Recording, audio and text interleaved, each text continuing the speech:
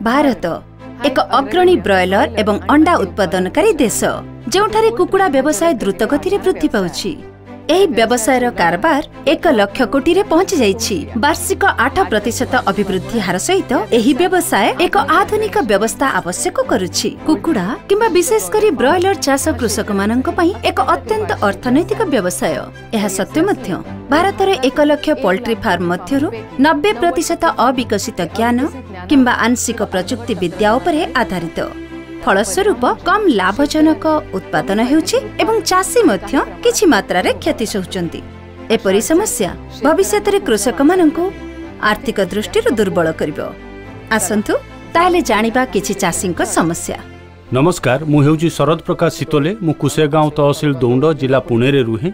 मोर poultry व्यवसाय अछि। मो पाखरे 8,500 पक्षी रखिबार क्षमता अछि। एबे एसी सेड रे बासनर उच्चता बिल्कुल पक्षीर बयस अनुसार हवा दरकार। पक्षी को बसिकी खाइबा उचित नुहे। एमितिर आलस्य आसी जीवो, एफसीआर बढ़ी जीवो, भोजन तले पड़ी जीवो। एणु खाइबा पात्रर उच्चता पक्षीर उच्चता आ ओजन अनुसार बढ़िबा दरकार। मोच अक्षय दातार शिक्षागत योग्यता बी मेकानिकल इंजीनियरिंग। मु गत 2 वर्ष रु एपरी फार्म चलाउछि। मु गोटे 14,000 एवं आउ एक 16,000 रो फार्म नगर जिले में चलाउछि। सेमी एसी रे जेतेबेले नुआ दल आसी थाए तो प्रथम दिन रु पक्षी आपणक द्वारा लगा जाइतिबा उपकरण रे खाई पारि न थाए। जदि खाइबा को चेष्टा भी करे तो पक्षी जाई से पात्र रे बसी जाए। न खाइबा जोगु छुआर फीड कंजम्पशन हुएनी। नमस्कार, मो नाम विजय एकनाथ मारने। मु येरवडे गाँ तहसील मुलसी जिला पुणे रो बासिंदा। आउ मो पोल्ट्री व्यापार करुछि। 25-30 दिन पर पक्षी बड़ हेबा सहित ताकू अधिक आराम देबा दरकार।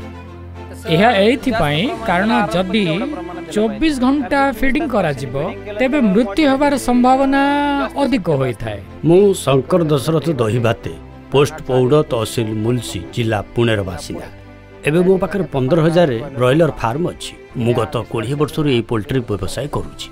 मते लागुछि अनेक कृषि सेमी एसी पोल्ट्री फार्म स्थापन करिसंती, किंतु सेमानकु संतोषजनक परिणाम मिलुनी। कारण एक पूर्ण इन्सुलेटेड खेत तैयारी करिबा अति आवश्यक। मो मतरे सेमी एसी रे जो निवेश करागला सेथिरे हमर पैसा बर्बाद हेई गला। एमिति अनेक कार्यप्रणाली त्रुटि कारणरू पोल्ट्री उत्पादन क्षतिग्रस्त होइथाय। आधुनिक डिजाइन फीडर गुड़िकर अनुपस्थिति एवं सेमी एसी टेक्नोलोजी हेतु पोल्ट्री उत्पाद गुड़िकर संपूर्ण उत्पाद पाइबा असंभव हो जाए। यार समाधान भाबरे संपूर्ण स्वयंचालित सठिक इन्सुलेटेड एवं वेंटिलेटेड पोल्ट्री फार्म विकास उपरे ध्यान देबा आवश्यक।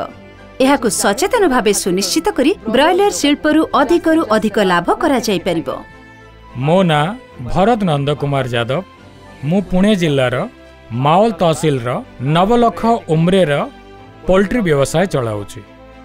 उचित वेंटिलेशन, उचित उपकरण, उचित वेंटिलेशन वाला भवन तैयारी करंतु एवं कृषक निजर प्रगति हासिल करू। अट्टालिका को उचित वेंटिलेशन किंबा पक्षी को पूरक सुविधा देवा पई डिजाइन करा जिबा दरकार। जहा फल रे आपन को द्वारा जो करा जाइथिबा निवेश आपन को शीघ्र सेही पक्षीरु आय करई परिबो। मो ना अक्षय सालुके मुंशी रो बासिंदा। मु गत 5 वर्ष हला फार्म चलाउछि।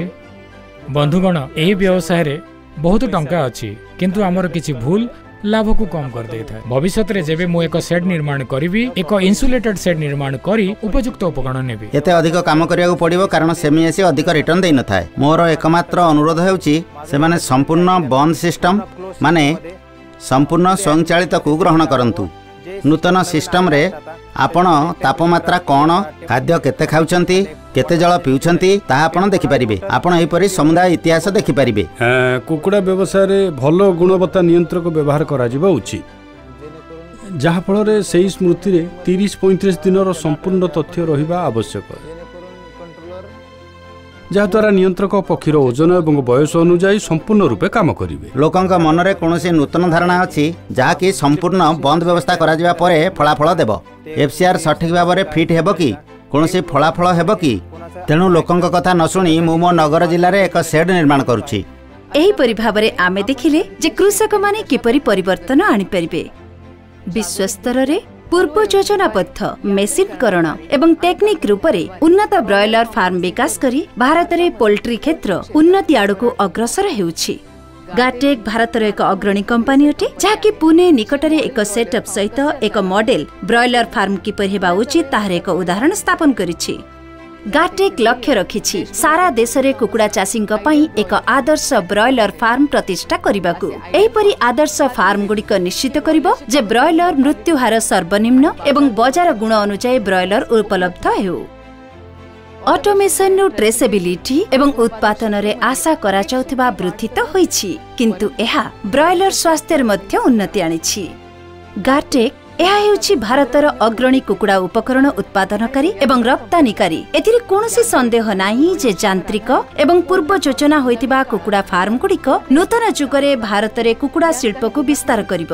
କିନ୍ତୁ ଆମେ ନିଶ୍ଚିତ ହୋଇପାରିବା ଯେ ସେମାନେ ଭାରତରେ କୃଷକଙ୍କ ବ୍ୟବସାୟକୁ ଦ୍ୱିଗୁଣିତ କରିବେ। ସମ୍ପୂର୍ଣ୍ଣ ସ୍ୱୟଂଚାଳିତ କରିବା ବେଳେ ସବୁଠୁ ଗୁରୁତ୍ୱପୂର୍ଣ୍ଣ ହେଉଛି ସଠିକ କମ୍ପାନୀ ବାଛିବା। ଗାଟେକ୍ ନିଶ୍ଚିତ ଭାବେ ଆପଣଙ୍କର ଅତି ପସନ୍ଦ ହେବ, ଏଥିରେ ସନ୍ଦେହ ନାହିଁ। तेबे आसंतु आज गाटेक सह संपर्क करिबा।